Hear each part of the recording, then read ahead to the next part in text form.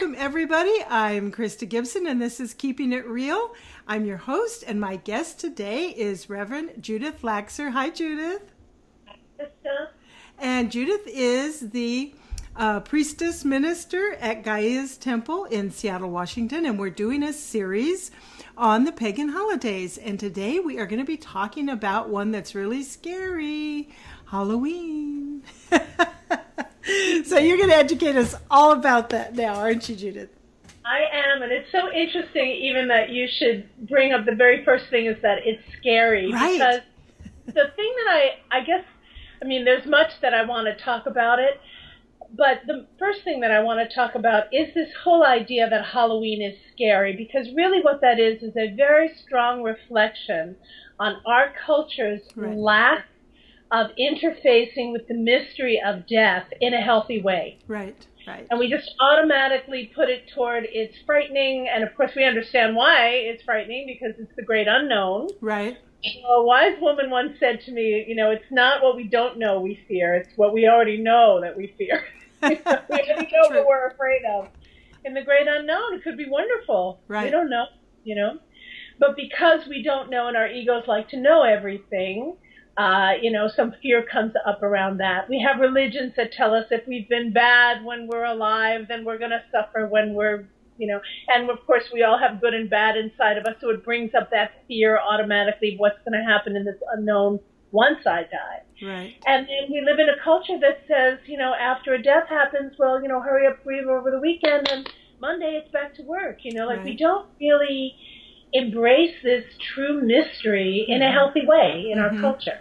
And then that plays out in something like Halloween, where it becomes about blood and gore and guts and violence and things to scare you out of your wits, instead of turning toward it for what it truly is, which is a high holy day. So the word Halloween itself is a contraction of hallowed evening, and things that are hallowed are holy. Right, right. So this is the night when it is said that the veil between the worlds of the living and the dead thins. Mm-hmm. Maybe parts, but certainly thins, so that we can more surely and more easily commune with and get connected to our beloved dead on the other side, or our ancestors. Right. So on the pagan wheel of the year, this is the Sabbath, the holy day of Samhain, which is spelled Samhain. So it looks like Samhain, but it's pronounced Samhain. Some people pronounce it Samhain or Samhain. There's lots of different dialects in the Celtic language. But it's Samhain, and it literally means summer's end. And so Samhain ushers in the season of winter. It's the third of the 3 harvest festivals on the wheel, and it ushers in the season of winter and the time of dormancy, and also the time when things do die. In the garden, things are dying back now. Right. So it's, seasonally appropriate, of course, and it makes us look at those deeper mysteries about our own mortality. Right. Mostly we don't want to look at our own mortality because our egos want us to believe that we're going to live forever. Right. And because of that, it shows us how far we've really come from nature and understanding the laws of nature. We understand the laws of nature, but we want to stay in denial of them. Right. As much as we can. And so I love this holiday. Of course, I love this holiday.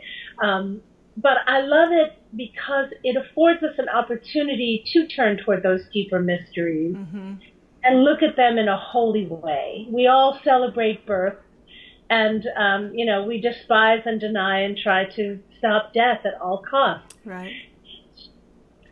I know that death is often accompanied by sadness, because if we lose a loved one, we're going to feel our grief. Right. So nobody says, yay, Right. Well, some people do, depending on who dies. That's true. Got rid of that one. Well, depends on your relationship, doesn't it? That's right. This holy day has us take a look at our relationship, not only to our ancestors and our beloved dead, but our relationship to death itself. And so in this deep reflective time, we do everything, or it's the right time, good time, to do everything from, what am I planning for my death? Do I have a will? And have I do I have close friends or loved ones or family members who know what I want when I die? Mm-hmm. Do they pull the plug? Do they give me whatever Right. keep me alive as possible? Do I want to be buried? Do I have a plot? Right. Do I want to be cremated? Have I chosen where the ashes will go? Who's going to get the ashes? I mean, nobody. It's like life insurance. Nobody wants it. Right. Nobody wants to talk about it. Nobody wants to talk about it, but it feels so good to have these things in place. That's right, it does. Yep. It really is a service that you do to your loved ones. That's right. Turn to face the fact that you're not going to be here forever. Why leave all your stuff and unfinished business for others to clean up after you? Yeah, it's so unkind to do that. It's like, do as much of that yourself, and what a gift to give to them, that in their grief they don't have to be dealing with that. That's right. Yeah. That's right. I think grief is very different from the stress that people feel. Like, right. I know so many people who right after their parents die or their partner dies or someone that they love, especially if they're the executor of the estate, right. that whole next year when they should just be grieving the loss or being with the changes that right. loss brings about, exactly. They're busy with estate planning and the probate and just... Yeah, it's nuts. It's madness. Yeah. It's pure madness. And I think it also speaks to an immature culture. Mm-hmm. So Samhain gives us a chance to sort of mature ourselves a little bit mm-hmm. and reach into those, for lack of better words, like sort of higher spiritual realms mm-hmm. of really understanding that this is going to be in our experience. We are going to be born. We're going to grow. We're going to thrive. We're going to decline. And then we're going to die. And so if we're mindful the whole way along, I can't help but feel that that's just a better life that we're going to be living. And that's going to register on the soul. So Can I say one thing here that I just thought of it, so I want to say it while I don't forget. But I read somewhere recently that we don't realize, you know how every year you celebrate your birthday? Yes.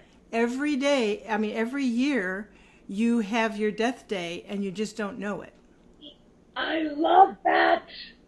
I love that. Isn't that something? Because it's so true. It's like you don't know the difference on a birthday. You know what day you came here. You don't know what day you're leaving. But one day every year is your death day. It's a very sobering thought. It's a sobering thought, and it's a beautiful thought. Mm-hmm. For me, what that does is make the preciousness of every day exactly. Yep. become amplified. Anyway, I wanted to jump in with that real quickly. So glad you did. That's such a good one. That's mm-hmm. such a good. So that's all the sort of reflective things about death, while we're alive and planning for our own death. So that's certainly one aspect when we face mortality. Right. And of course, if that spiritual veil between the worlds is parting at this time or thinning, then our minds are automatically going to go toward death and dying mm-hmm. in season. And just the lineage, where we come from, who's coming after us, mm-hmm. and, whether that's our biological children or not, what are we leaving to the world? What mark have we made? What mm-hmm. good have we done? All of these are very reflective thoughts that are appropriate around Samhain.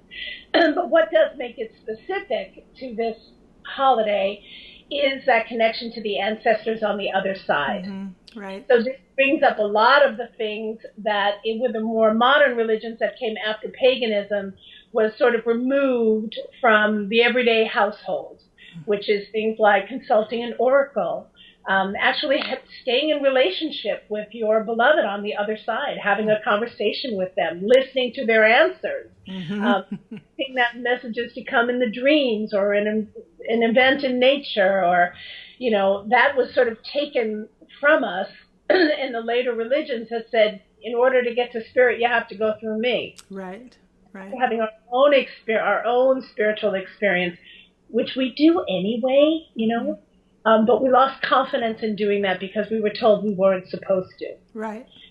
That's another beautiful aspect of Samhain. So ways to celebrate this wonderful holiday. Oh, and let me just talk about some of the things that we know about are, typically Halloween, but getting in costume. So there's a couple of different reasons, like why do we get in costume on Halloween? Mm-hmm. Wearing scary costumes. But really, one school of thought about that was that we would wear something that was particular to our lineage. so that our ancestors would recognize us on that night if they were looking between the veil. Oh, there's that kind of skirt we used to wear in the Ukraine, or this was the movie we wore around the thing in the Orient, and so we were dressing like what our ancestors, how they would recognize us. That's a school of thought. Another school of thought is we were dressing so they wouldn't recognize us. So Uncle Harry stays away. Right. That's kind of where that sort of thing happened. And, but, in the Celtic lands, these cross-quarter days that we've been through, like Imbolc in February and Beltane in May and Lunasa in August, and now this is Samhain at the beginning of November, end of October. Those are the cross-quarter days in between the solstices and the equinoxes. And those are typically fire festivals. And so the ancients would walk in a processional to either the forest or some sacred space in nature, and they would commune with their beloved dead there. Now we look at that as seances, and it becomes a spooky, weird, crazy thing. But it really was a way to get in touch with the beloved dead and the spirits who have gone before us, which is just a beautiful thing. So one of the things that we can do, and one of the things that I do, and I encourage everybody through Gaia's Temple to do, is to create an ancestor altar in our home. Now, most of us who are living some sort of a spiritual practice have altars already in the home. Right. But you make one specifically for your ancestors at this time. Mine goes up October 1st, and I have it up I have more Halloween decorations than I have decorations. That's great. It's a little over the top, actually. That's that over the years, the collections have just grown. But I put all of the decor out on the 1st of October so that I can enjoy it throughout the whole month. And a big part of that is the ancestor altar. So I set aside a special shelf that I have on top of my bookcase, and I put a fresh altar cloth, and I put all the photos of all my ancestors. And, the ancestors, I use the words ancestors and beloved dead interchangeably, because some of the beloved dead might not be part of your bloodline, but makes, that doesn't mean anything. It doesn't lessen who they are for you. They're still an ancestor to me on the other side, right. So the photos go up of all those who have passed, candles, candy. That's the other thing about collecting candy. It's to remind us of the sweetness of life when we're in our deepest time of sorrow. And it's just beautiful. And then every morning I get up and I light that candle for a little while, and I say a prayer and hope they're well and let me know if there's anything. And actually, I did just have a very extraordinary experience I'd like to tell you about. Okay. I have written a manuscript for my memoir. Right? Sorry. Did I say that out loud? You did. And now comes the part of trying to find, getting it published, right? Right. So, of course, I'm doubting myself, as we all do. Right. And I was sitting at my desk, and I was sitting very still at my desk because my window looks out over my garden. And I was just looking out over the garden, and I was thinking about this story and thinking about the state of the world. And then my mind goes, there's so much craziness going on. Is it really important that I try to publish another book? You know how your mind starts to go. Yes, I do know. Yep. Yourself and what you're doing is not important enough. Does the world need another book? Yeah. Is my story going to do anything for anybody? All of that mea culpa sort of stuff. And on my desk, I have a photo of me next to the word author that my sister took years and years ago in New York City at the museum. And when I had Along the Wheel of Time published, I put that picture up there. There I am as an author. So, Krista, I was sitting as still can be at my desk when I was having this thought, just looking out the window into the garden and pondering about my book. And all of a sudden, the picture of me next to the word author disappeared behind the desk. It's like it jumped behind the desk. Wow. It just slipped over. And there was a wire behind it that holds it there. I thought, oh. What is this? Yeah, where is this from? Like, okay, my ancestors are telling me to pay attention about being an author. Mm-hmm. It was a sign. Wow. I thought it was a sign. I know it sounds a little strange. It was a little strange. I gasped because all of a sudden in this stillness, this photo goes jumping off the bed. Yeah. And then I get down underneath and crawl through all the wires to pick it up, and I make the effort to reclaim who I am as the author and put the photo up there. Anyway. Got your attention. Got your attention.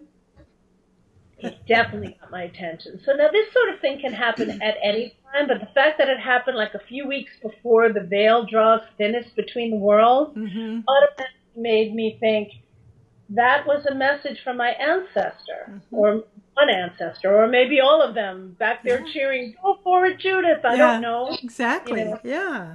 That's awesome. So it's that kind of relationship that you want to develop, you know. And so anyway, that was my Halloween scare, I guess, if there is one, some ghosty experience there. It would scare some people, but you know, when you're kind of more familiar with the other world, it's not scary, it's more profound and more like, wow, you know. It was wow, and then it was thank you. Yes, then gratitude. That's right. That's right. Thanks. Yes. So building an ancestor altar is certainly one beautiful tradition to do on Halloween or on November 1st, the next day, or just to have the ancestor altar up as long as you want. You know, some photos never go away, but all of them come out in October for sure. And then another beautiful tradition that I do with my closest private circle is we have what's called a silent supper on Samhain night. So October 31st, we all gather, and everybody brings a dish from some, recipe in their family. We put a big platter in the center of the table, and a little bit of every dish goes onto the platter, and that's for the ancestors. And then we ring a chime, and then we eat in silence. And it's so beautiful. You can feel them around you. The food tastes even better because you're not distracted by conversation. You're really paying attention to what you're eating. You start to, where did Aunt Betty get this recipe? Did she make it up, or was it passed down to her? And they're like, well, of course it was beets. They were from Russia. Your mind starts to really connect, and it is so beautiful. And then we wait until everybody's finished and all the plates, all the forks are down, and we all look at each other around the table, and then we ring the chime, and we come back in on a sigh like, and that silence during the meal, it's so thick and so beautiful and so filled with love. So it's just a lovely way to celebrate this connection with our beloveds. It sounds like it. That sounds really neat. It does. It's beautiful. So the other thing that I would say about this season is because the veil is thin between the worlds, it's a good time to consult an oracle. So this time to get a tarot card reading, or to do the I Ching, or to use your pendulum, or whatever way that you get information, and ask your ancestors to give you the answers from the other side. My big Samhain question every year is, what do my ancestors want me to know for the coming year? Right. Halloween is known as the Witch's New Year. So for me, it's always like it's the beginning of a new year, November 1st. What do I need to know for this next turn of the wheel? Exactly. Yeah. So an oracle is another wonderful way to connect with those on the other side. And then, for those people who have kids or young kids, I mean, when I was a kid, Halloween, oh my goodness, I couldn't wait for Halloween, and I loved it. And, it was safe then. You could just go all around your neighborhood without anybody else, just your friends, and it was a whole different world then, wasn't it? Yeah. We used to collect for UNICEF too. I mean, it was just lovely. Yeah, it was. It was fun. Now, who have kids, I mean, they're going to be answering the door, and there's going to be costume parties and all that sort of stuff. So I don't think that all of those traditions need to go by the wayside because it's so much fun. Right. But I sure love if the children who were just going on a sugar binge or, going on a hunt for sugar understood that it was the sweetness of life that they were seeking for. And even if they didn't understand that part, if parents could just have a conversation with their kids about, great grandpa and where he came from and what he was and what he liked to do, and you have his nose and, that sort of thing. Yeah. Bring it back to that kind of an understanding for them so they really kind of get what's going on. Yeah. And I think also that children would learn early on about death a little bit. Oh, he died, but he used to be like this. then when someone dies a little bit later in their life, they're not going to be blindsided by it. Right. I mean, they might because of the circumstances, but you know what I mean. Yeah. We do our youth a disservice by not really speaking the truth about all the rites of passage of life. Exactly. Exactly. Yeah. So it would be lovely if we could let go of the blood and the gore a little bit and stop equating all death with violence. Death is a violent thing. It's a failure to live instead of, no, it's the resolve of living. It's perfect. Right. It's good, you know. It's a transition. It's a transition. And it's not the end, which is the other thing that paganism teaches us because of that wheel that's ever spinning. The circle has no end. So there's death. And so from a pagan theological viewpoint, the spirits go to a place called the Summerland where, you know, grow young again and you get to sit under an apple tree and just eat all the apples you want and reflect over your life and think about how it was and what you did well, what you didn't, what you need to do again, and make your choices for the next life. Right. So paganism certainly includes the concept of reincarnation, you know, that the soul is eternal, but the body is not. Right.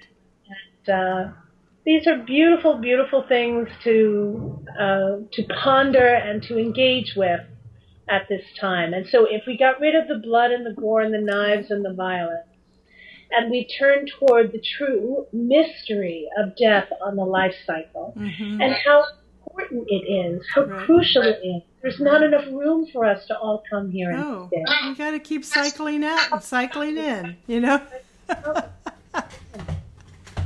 I wanted to mention also, if you're anywhere near a Latino community, this is the time when they have Day of the Dead. And I was fortunate, I know here in Monroe, Washington, there's a big Hispanic or Latino community, and they always have celebrations around that. But I was in San Antonio a few years ago, which is where I grew up, and I got to participate in a huge Day of the Dead celebration. And it was, in fact, I should repost on Facebook some of the pictures I took of the people all dressed up as skeletons, and you know, they had the man and the woman dressed as skeletons in their wedding gear, and you go to all the different churches and there's all of these tributes to the dead, and people come and bring, you know, there'll be bottles of beer or playing cards or whatever their loved one enjoyed. But it really helps a lot of what you're talking about in an experiential way. Yes. To really you stay in relationship with your beloved dead. You stay in relationship with them. It's not it's not that they die and then you're supposed to try to forget about them to get on with your own life. Right. You incorporate them into your life in a different way. Certainly, it's not the same as when you're here in the flesh, but they don't just disappear. Yeah, on the Day of the Dead, don't they like go to the cemetery and they have picnics and the kids are there, and it's just part of the culture. And so they make everyone's little sugar skeleton, little sugar, like the head you're wearing, they make little sugar ones of that. And it's a very, you know, even if you aren't near a Latino community, look it up online because it so fits in with what you're talking about. And if people want other ideas from another culture about a way to celebrate this time of the year and really make it meaningful, especially for the children, but for yourself too, there would be ideas about that as also. So, good stuff. It's not surprised really that Samhain and Day of the Dead are all at the same time, because indigenous cultures everywhere, you know, their folk religions came from the earth, and that came from nature, so it makes perfect sense. It absolutely does. Well, thank you. You've given us a lot to think about and ideas, and I just love that. And I want to always remind people that they can get in touch with you at judithlaxer.com. Correct. Yeah. And we also have our big spiral dance coming up through Gaia's Temple. So this is a wonderful community event. We have a magnificent ritual where we make our journey between the worlds. We commune with our beloved dead. We have a magnificent spiral dance. Nice. If you want to learn what it's like to raise energy with a group of people and direct it somewhere to spirit, it's just a beautiful, beautiful celebration. And that's going to be on Saturday night, October 27th, so it's Saturday night before Halloween. Nice. And it'll be at 7 p.m. at Shoreline UU Church. And you can go to the Gaia's Temple website on the event page and find out more about it. And that's we have a huge potluck afterwards. It's just So beautiful. And that's Gaia's Temple, and it's on the screen, gaiastemple.org. Yes. And I did want to mention that we're recording this in 2018, but we both realize that somebody might be watching this in 2019 or 2020. So the dates could be different, but just go to gaiastemple.org and find out what's going on currently whenever you're watching this. Correct. Yeah. Correct. Thank you so much, Judith. It's always a pleasure to have you stop by and get to visit. And we will be chatting again, I know. Hey, thanks so much, Krista. I really appreciate it. All right. Take care. Bye. Bye.